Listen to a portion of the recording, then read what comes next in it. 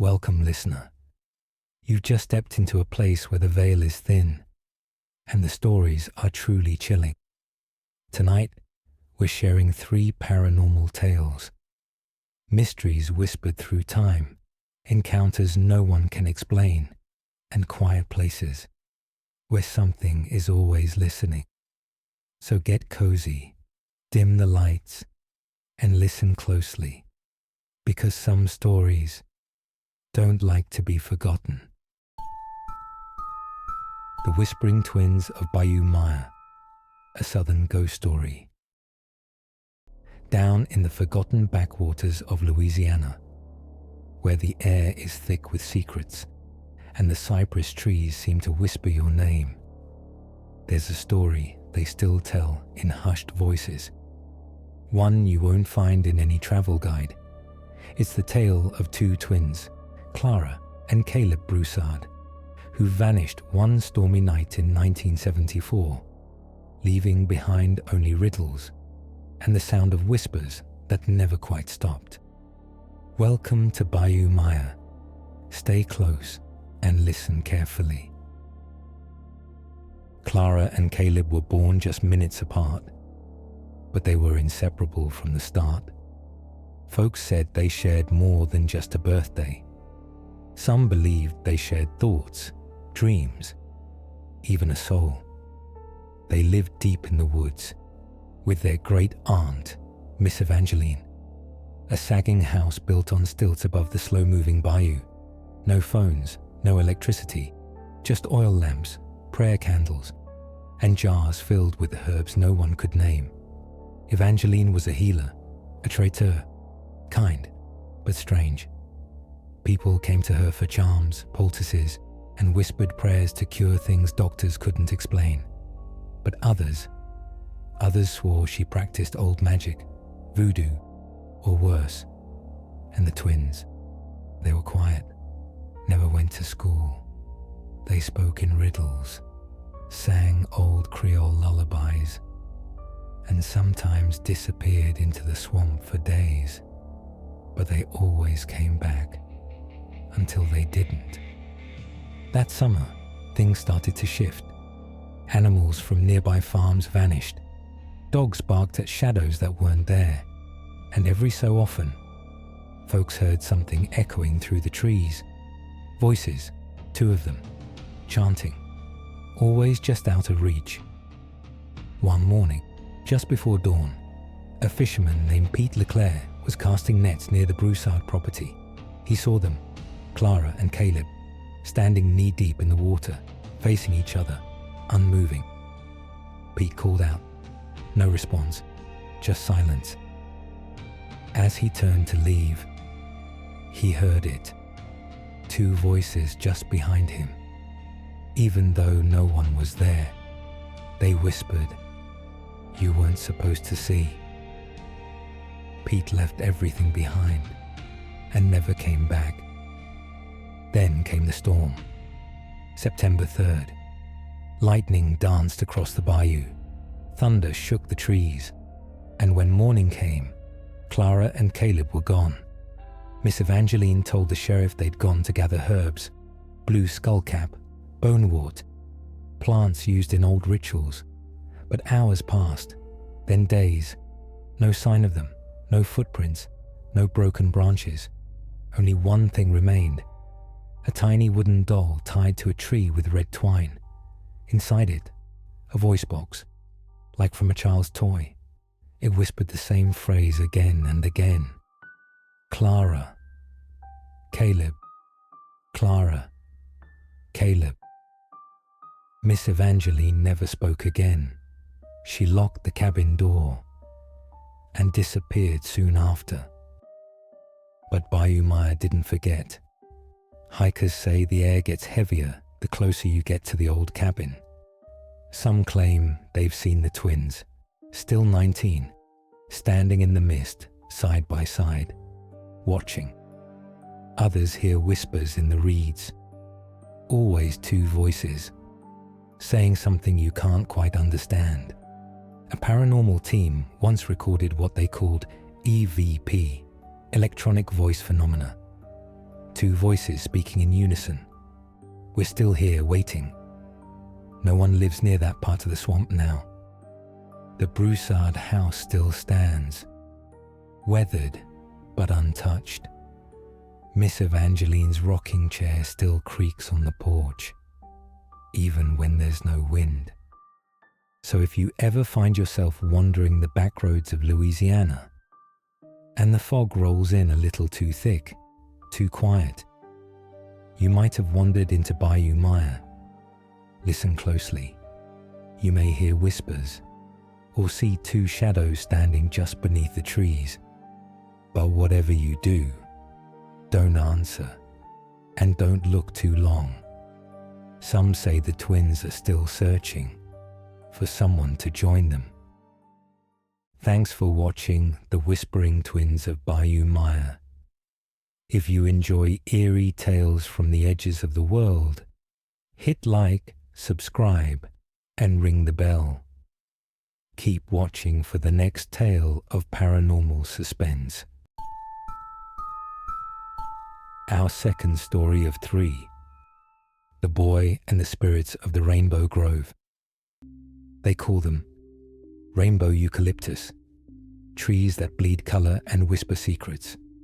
Their bark peels in bright, surreal streaks, green, crimson, violet, as if the forest itself is remembering something it can't forget. But here in Hawaii, these trees aren't just beautiful. They're ancient, sacred, and some say they're alive.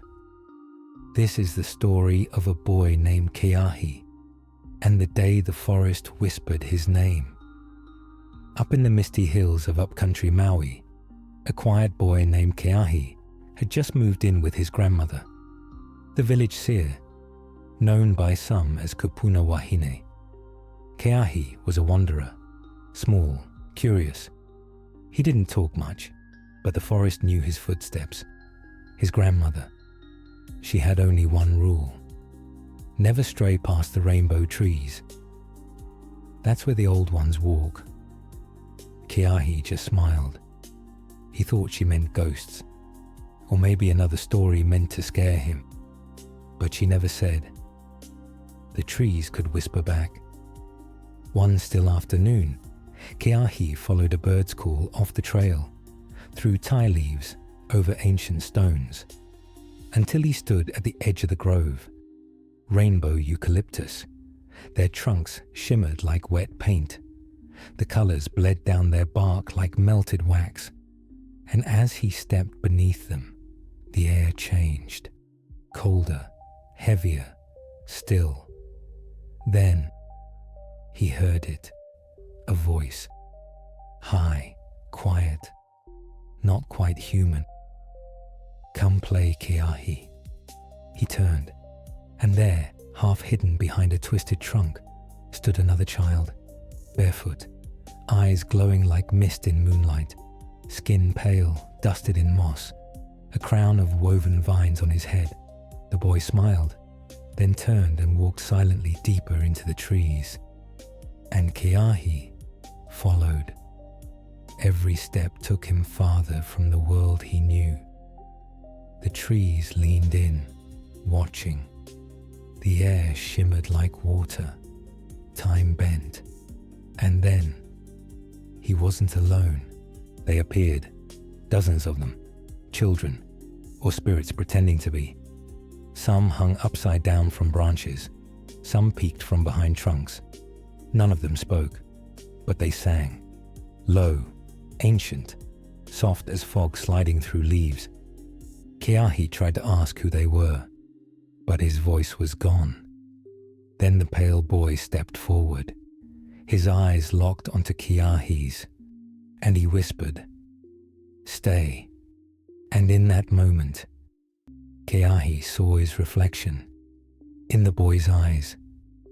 But it wasn't him. It was an older version, still, lifeless, standing among the trees, trapped.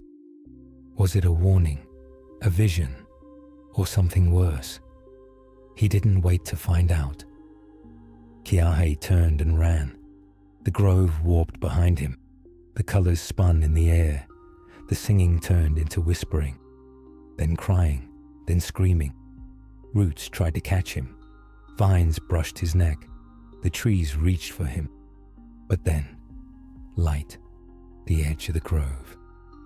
And there she stood, his grandmother, waiting, eyes full of knowing. She said only, "You stepped into their world, and they almost kept you." Keahi never returned to the grove, but he never forgot it. And now, years later, whenever he comes home, he leaves a small gift at the forest's edge, a mango, a lei, a whispered chant on the wind, not out of fear, but respect. Some forests are beautiful, others are sacred, and some are watching. If you've ever heard something strange in the woods, or felt like you were being watched when no one was there, tell us in the comments. We read every one. If you enjoy eerie tales from the edges of the world, hit like, subscribe, and ring the bell. Keep watching for the next tale of paranormal suspense. And now for our final story. The Witch's Lesson, a paranormal tale of light and shadow. Red Hollow, just another sleepy town in upstate New York, where the fall leaves crunch under your boots and secrets whisper in the wind. But some secrets are meant to stay buried. This is the story of Emily Rivers, a quiet 17-year-old girl with a love for old books, rainy afternoons, and, eventually, witchcraft. After a tragic accident took her parents, Emily was raised by her Uncle Marcus. He wasn't your typical guardian. Marcus was a healer, not a doctor, but something older, a practitioner of white magic. He taught Emily about energy, about balance, and the power of light. But at Red Hollow High, balance was hard to find. Then came Tasha Gray, beautiful, bold, and bitter, the kind of girl who ruled the halls with fear. Whispers followed her, rumors of strange rituals deep in the woods. Tasha didn't just bully, she tested. One day she cornered Emily by the bleachers. "You've got power," she whispered, "but you're letting that old man water it down. You want real strength? Meet me at the Hollow, tonight, midnight." Emily went, eagerly wanting more. She walked through a trail marked "Do Not Enter," into the woods, past rusted signs and crumbling stones. There, in a circle of flickering candles, Tasha and her friends were already chanting. The energy was thick, heavy. It didn't feel like Uncle Marcus's magic. This was darker, but it worked. The next day, Emily walked taller. She felt seen. Even Tasha smiled at her. Power was addictive, but power borrowed from darkness always has a price. Strange things began to happen. Emily's mirror began to flicker. Her reflection smiled when she didn't. She heard whispers at night, and her dreams were filled with red eyes and ancient voices. Uncle Marcus noticed. He sat her down by the fire one evening. "Magic is like fire," he said. "It can warm, or it can destroy. The light feeds from love and oneness. The dark feeds from fear and ego. Be careful which side you feed." But Emily wasn't ready to listen. She felt strong, finally respected. Then came the spell, a karmic justice ritual, done in secret under the dark moon, cast on a teacher who unfairly gave her detention. The next day, he collapsed in the hallway. They called it heart failure, but Emily knew it was her fault. Terrified, she returned to the hollow alone. She tried to undo it, but the woods were different, colder, quieter. The magic could not be undone. But a voice answered her call. It sounded just like her, but it wasn't. A shadow stepped from the trees. Red eyes glowed in the dark. It whispered, "I'm a part of you now." She ran. Uncle Marcus was waiting. He'd known all along. That night they began the cleansing. White candles, salt, prayer, truth. Not to punish, but to free. For 7 nights they faced the darkness together. And on the last, it struck back. Lightning hit the tree outside. The house went dark. The shadow returned. But this time, Emily stood her ground. She stepped into the circle, lifted her hands, and chanted from her heart, "I walk in light. I choose the good. Let shadow pass as shadow should." With a scream that shook the walls, the spirit vanished, gone. Emily never returned to the hollow. Tasha did. But something inside of her had changed. Her laughter stopped. Her friends faded. And when she saw Emily in the halls, she looked away, unable to withstand Emily's light. Emily still practices magic, but now it's the kind that heals, protects, lifts others up. Because in Red Hollow, she learned a truth that even darkness can't hide. Good always conquers evil. Which story gave you the most chills? Let us know in the comments. We love hearing what lingers in your mind after the lights go out. And if you're still hungry for the strange and the supernatural, don't worry. There are more stories on the way. So if you enjoyed tonight's tales, like, share, and subscribe, so you never miss a whisper in the dark.